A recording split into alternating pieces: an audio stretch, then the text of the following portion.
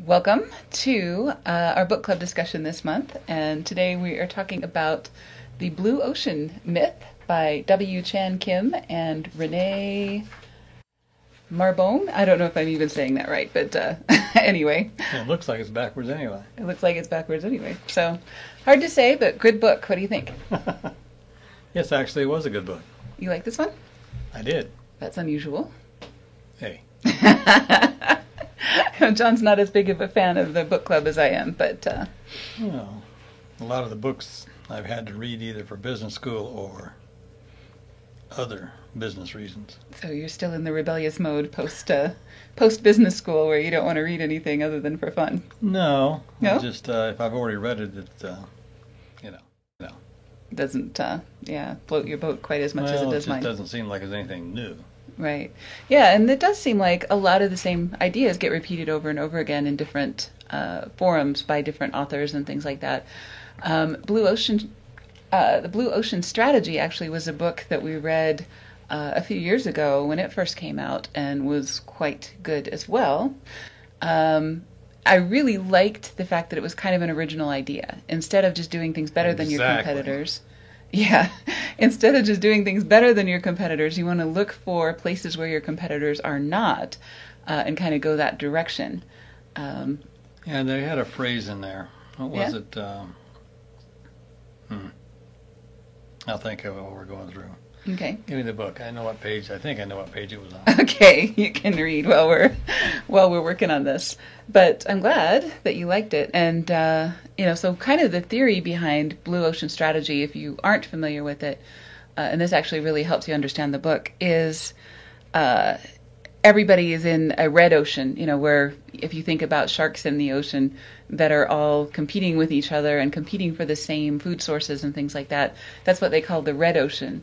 But if you kind of branch off and go a different direction and look for a different food source, or look for a different source of prospects if you're a business owner, then that would be the blue ocean that they refer to in the title, right? Yeah, and they're talking about make your competitors irrelevant. Irrelevant. That's the one. Exactly. And when you do that, then they're done.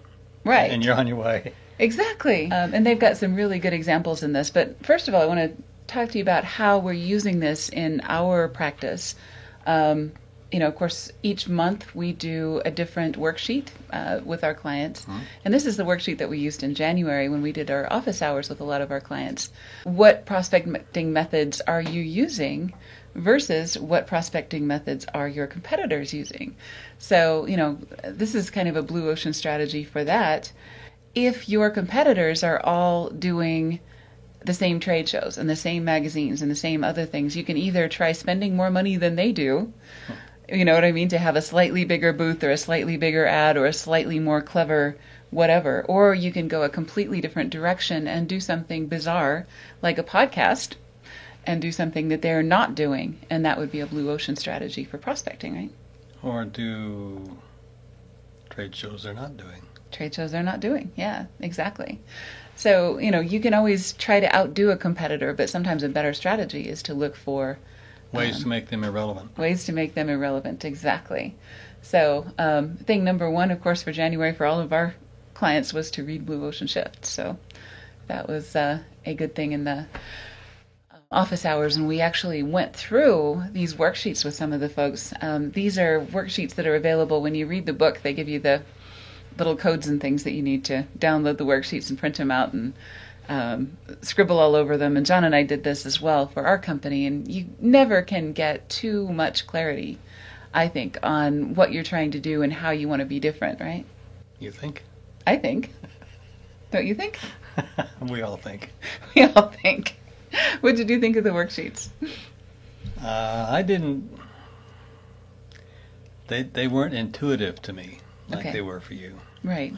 So I took the concept and ignored the format and did it my way. Right, and that was cool. I'm kind of a visual thinker, so I like the graphs and the spatial representation of different maps and things like that. John's more of a linear thinker, so I think you think more in terms of straightforward this to that, cause effect things like that, which is great, you know. And the neat thing is, this kind of forced us in the process of going through this. We meet every Monday to do a sales meeting, and one of our sales meetings was about these worksheets. Yeah. And I think going through the worksheets, even though you didn't do them as, what is the word? They intended? By the book, as I did, so to speak. You know, it did spark some really good conversation between us about our company and the direction we want to go in the next 5 years or so, right? Oh, yeah. Yeah, absolutely. So, not to get too personal or share too much about what we're up to or what we're doing, they gave some really great examples of different ways that companies went completely off the map. Or entities went completely off the map. Some of these aren't companies. Like the National Youth Orchestra of Iraq.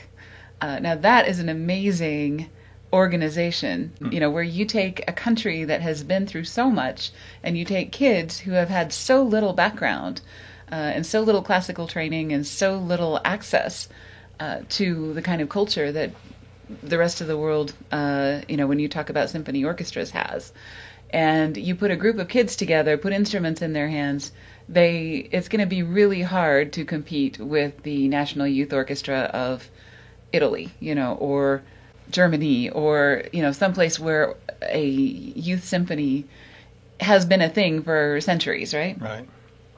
And these are Western instruments too. So, you know, I mean, it's completely different, completely off the map for what normally happens in Iraq. But then you take these kids and you put them into situations where they have a chance to succeed because they are a category of one, right? Yeah, and they did. And they did. And everybody got behind it. You know, they got a lot of support. They got a lot of attention, which is what they were trying to do. And they got a lot of these kids exposed to a lot of culture that they wouldn't ordinarily have the opportunity to do. And they went on tour. And, you know, I mean, it was great, right? Mm-hmm. Yeah. So very inspiring story. Another really good story was the Fry Maker. Says on page 8. SEB, Group SEB, the Active Fry. Yeah. So what this is rather than creating a better French fry fryer, right? They created a thing that actually bakes the fries and makes really tasty fries in this machine. You know, like everybody needs another kitchen appliance, right? But what they did is they took something, instead of doing the traditional way of making French fries, they did something completely off the map, different. So it's now in a category of one, right? Mm-hmm. Which is exactly what you want to do. Absolutely. And you can do it in the same business in aviation. Right, absolutely. So just to kind of share with you one of the worksheets that we went through and one of the exercises in the book is where you take where you are today versus where you want to be tomorrow. And they use 3 different terms. One is settlers, you know, which is products that already exist where you've got lots of competition and where, you know, it's already established. This is a product in the marketplace that offers certain benefits and has a certain life cycle, and all of those things are really well understood, and you can do them better, but it's nothing really new. The other one would be a migrator, where you actually provide some kind of a value improvement, like you take a car and then you make an electric car. That would be a value improvement, right? Mm-hmm. And then there are pioneers, where something is completely innovative, and that would be things like something like a anti-gravity car, or, you know, I don't know if you saw in Star Trek where on the Yorktown, the USS Yorktown, which is the city in the space station, right, where they walk into like a phone booth and then they dial in their location and they zap out of existence in the location they're at, and then they zap into existence in the location where they're going. So kind of like a transporter telephone booth. Mm-hmm. Or if you watch Doctor Who, a TARDIS, you know, that would be a pioneer, you know, something that doesn't exist now, you know, that you can bring into being, right? Mm-hmm. Like a Segway. A Segway was a complete pioneer. Yeah. For, you know, that kind of an audience, you know, that didn't know they wanted it, you know? So there are different challenges to having settlers, migrators, and pioneers. And most companies, in order to stay healthy, need a pretty good mix of all of those things. You need settlers that are bringing in regular revenue that's predictable and that you've gotten really good at, you know. You also want migrators where your product is understandably and visibly different than your competitors, right? You've got some sort of value added to it. Mm-hmm. And then you have to have enough of that going on in order to support a pioneer. Yep. So there are companies that just kind of blink into existence as a pioneer, but usually those have to be really, really well funded in order to survive long enough to build a market. Try and get revenues flowing. And this is interesting because a lot of the companies that we work with are technologies that are kind of hard to introduce in the aviation industry because people are so traditional oriented, right? And they should be. As well they should be. But, if you're talking about electronic logbooks for pilots or electronic logbooks for airplanes, these are really good things and really cool things. But the problem is people haven't used them in the past and they're like, I've never used that before. Why would I want one? Because the FAA says it's okay, and the FAA is going to actually probably force it right in the future. Right, exactly. And, it does support a lot of the traditional values of aviation, like redundancy, right? So, these are good things. But the problem is introducing a brand new product is really, really hard unless you've got pretty deep bones in your company in some of those older products and trusted, used products, right? Right. Like an MRO that hasn't been doing heavy maintenance and now they want to. Exactly. See, that would be a migrator. Yep. Because they've got a good reputation in the industry. Now they're just doing something different. Exactly. And that's a whole lot easier than being a pioneer where nobody's ever heard of you before, nobody's ever heard of your product before, and you're trying to solve both of those trust issues at the same time. You right? want to install light-speed engines into a 737. Right. Exactly. Or have, replace the airliners with drones or something that's kind of unheard of. That's a nice roadmap for looking at a way of easing into these things without taking on too much risk at one time, right?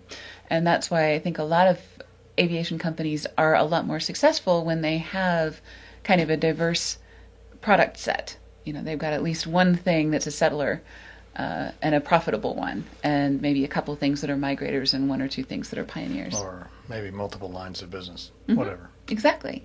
And when we talk about marketing, obviously there's trade shows, there's the normal things that people do in aviation marketing, and we're really good at a lot of those things, but we also are looking at migrating some of those things where we're doing something better, and, some of the digital marketing is completely off the map for aviation people. They've never done it before, and they don't know why they want to. Yeah, well, they're going to get a dose of reality here in a year or two. Exactly. But we want to be there for them, and we want to be a known and trusted entity. Yep. Because we've done those traditional products for them, right? Exactly. Okay. Fantastic. So another thing that I really liked about the book, another example that they used, was the Red Nose Society. Remember that I story? must have skipped over that one. You did. I thought you read every page. I'm disillusioned. The Red Nose Society, okay, a lot of... to kind of set this up, a lot of the charities in the world are, their standard procedure is to show pictures of starving children or starving animals or whatever and stuff. And, most of us have been through, there was the earthquake in Haiti, there's, all of the flooding and school shootings and, everything going on in the news. It's gotten to the point where people kind of turn that off. Yes. Whenever you see all of the tragedy and horrible things going on in the world, we tend to shut down because of altruism fatigue, I think is what they're calling it. And you can only write so many checks in a year, so, you have to choose really carefully what you do. And so for some of us, these charity decisions are kind of heart-wrenching and horrible because... It's just like, well, do you save the whales? Do you save the children? Do you save the puppy dogs? It's really, really hard to make decisions about those kinds of things when they're all bad. So what the Red Nose Society did is they set up a situation where people would wear a red nose to work. And based on this fun, and they had all kinds of comedians and celebrity CEOs and other people get into this with, playing practical jokes on each other and having fun and raising money in the process of doing that.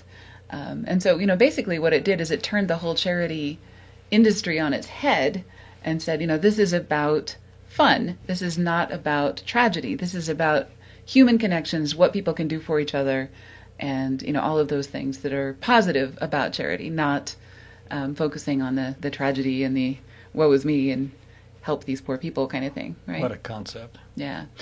And, if you look at like the ALS Challenge, that's another one that follows that model instead of the standard tragic, this is really bad, so everybody needs to help kind of thing, where they raised a whole lot of money by offering a fun activity that people could actually do, post it on social media, have people laugh at each other, rather than focusing on the negative aspects of whatever it was they're trying to fix.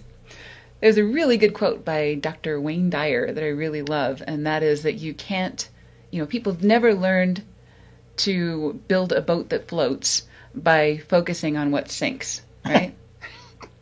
If you want to learn about flotation, focus on the positive result, not the negative result, and True. You're never going to learn how to cure disease by focusing on sickness. You have to focus on what makes people healthy. So focusing on the positive end of things is kind of a nice shift and a very refreshing blue ocean shift that Yes. people did, right? Got to get some news agencies to go that way. Exactly. It was the headline, if it bleeds, it leads. Yeah. But I really like there's some things nowadays where people are sharing good news stories and other things on social media, and I think that's a whole lot more effective and a whole lot more positive. So anyway, great example of a blue ocean strategy that completely was very necessary, right? Okay, so how to get there, how to get from here to there. And what I liked about this, once again, was the worksheets, the how to keep one foot in the familiar and the proven and the measurable, and put one foot out there in the risky territory, right? Yeah, well, that has to be done twice. You have to do it as far as you're perceived, but also you got to take care with the finances. Right, exactly. So, the risk that you are willing to put out there in terms of product development, and this is relevant to marketing because I think you have to think through the marketing before you even develop the product. You have to think through, is there a market for this? Who's going to buy it? How are we going to position it? What marketing messages are we going to put out about this? And then you go back and develop the product, because you can always tweak it to make it more attractive, right? Sure. Based on the audience. So you find the audience first and you find the need first, and then you develop a solution to that problem. Well, it's always been that way. It's just people have lost focus on what to do. Right. Well, you used to work in a place where you were expected to take a product that already existed and find a market for it, right? Sort of. The developers would develop. They'd sit back in the black and figure stuff out and say, "Wow, this is pretty cool." And they come out to us and, "How do we make this sell?" Here's a product. Figure out a way to sell this. And then we would take all the pieces and parts and tell them what we needed, and a couple of us would put stuff together and spend some time and make sure that we could see it from the prospective customer or the client's perspective. Right. And if we could make something that was the industry needed, then out of it, then we would say, "Great, this is how you do it," or "You need to make these modifications so we can do it this way." Right, exactly. So, I think it's easier coming from the other direction and saying, here's a problem in the industry. How do we solve it? What is the animal, vegetable, mineral, whatever noun we need to put together to solve this problem, rather than starting from, here's something that already exists. How do we sell it? But if you look at AI, it's going the same way as what I did. Mm-hmm. They're building it up and saying, "How do we sell this?" Yeah, they're also looking at problems, and saying, how do we solve this, and then using AI as a solution to a problem. No, they're not. They're actually building AI first. Are they? Yep. And there's a whole treatise on it in a number of places that you can look up, and it's quite amazing how they got started in that. But nonetheless, it started way back in the 60s, and then they dropped it, funding for it, and then it came again, and then it dropped it in the 80s, and then now it's back, a resurgence, and now it's far enough along that they can do what you want. or what you suggest. But up until a certain point, it was a product looking for a solution. Right. Well, and it depends on how you define AI as well, because now people are calling it just about anything that doesn't exist yet, right? I mean, that's the AI. The edge of AI is whatever doesn't already exist, right? That's right. Okay. Anyway. So, yeah, figuring out how to get from here to there. You can go either way. You can start from the solution end or from the product end. But we both have our preferences, so there you go. All right, so making your move. This is another thing that I really liked about this book, is it took the theory from the Blue Ocean Strategy and talked about very specific ways that you can put a team together to do the research, and even if the team is just us, which in our case it is, to do the research and put the steps together and figure out what the market needs, how to get from here to there without risking your bacon in the process. So I really like some of their processes and some of their worksheets that do that as well, right? True. Okay. So great book, highly recommended. We offered for our insiders to also record a short video about their experience with the book. Jason Barnes did a nice little video about his impressions and things like that. Jason is the owner of Flight Schedule Pro, which is a very innovative product, so that's pretty cool. And we were actually just in San Diego representing Flight Schedule Pro with, that's Mark Leeper and Carolyn Leeper in the photo. Great people to have in your corner for a trade show. So that was a lot of fun. We were happy to do that with Jason and Mark and Carolyn, right? Absolutely. Lots of fun. Besides, San Diego is not a terrible place to go, right? Not in the middle of the winter from Salt Lake City. Absolutely. So here's the video from Jason. I wanted to chime in on this Blue Ocean Strategy book because the original book I read many years ago, and it really got me thinking about how do you make your competition irrelevant in a very competitive environment. And many of us find ourselves in very competitive environments. Sorry, I'm in my house with my kids running around. This new book, really, I love it. I believe in the concept of redefining problems of the industry and thinking outside the industry about new problems that can be solved, and really how you approach is really good concept to approach this blue ocean of opportunity and really set yourself completely apart from any existing competition. So it really got me thinking in many ways. I think at Flight Schedule Pro, we have parts of our product that are it's more of a settler scenario. Some of our products like let's just say online scheduling, which we launched originally many years ago. It's really kind of it's a settler, right? It's hard to grow based on that. But there's other parts of our product that are kind of migratory and maybe even kind of pioneerish, where we're working towards a completely digital flight training management solution, and that's kind of pioneering that, because it's very uncommon for people to run a completely digital process for that. But one thing I took home from this book, at least for us, is we're really not ready to invest the resources to roll out a new Blue Ocean strategy. It's about timing, and for us, we have initiatives we're working on right now. So I'm really thinking, maybe this is a bit down the line for us, maybe third quarter, fourth quarter, where we really think, about rolling out a new Blue Ocean initiative for us. But I'm Jason Barnes. I'm one of the founders of Flight Schedule Pro. And Flight Schedule Pro is a business management system for flight schools. And you can hear my wife in the background getting on to our little boys. But we help flight schools grow and introduce more people to the world of flying. Thanks, Jason, for that video and that glimpse into Flight Schedule Pro and your cute little families. All of the rest of our insiders are welcome to submit video clips on any of our book clubs or book club discussions. So that's an opportunity that you have to introduce yourself and your business and share what you think. So next month, we're going to be discussing Same Game, New Rules by Bill Caskey. And this is one of my favorite podcasts. It's actually the longest running business-to-business sales podcast on the planet. Really? When did it start? Oh, it started more than 10 years ago. Wow. Yeah. I'd have to look it up. But when they didn't even know what the word podcast was. Oh, I think it was a radio show to begin with. And then it turned into a podcast as they expanded beyond their market. I think they're in Chicago, somewhere in the Midwest. But it's a great, low-key go through questions from customers and other kinds of things. But the book I had not read yet, so we'll see how that goes.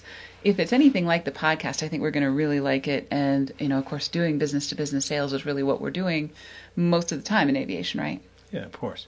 Right, and these guys have been doing it forever, so I'm sure there's going to be some good insights there. So go sell more stuff. Yep, America needs the business. See you next week. Zig Ziglar. Yep. See you next week.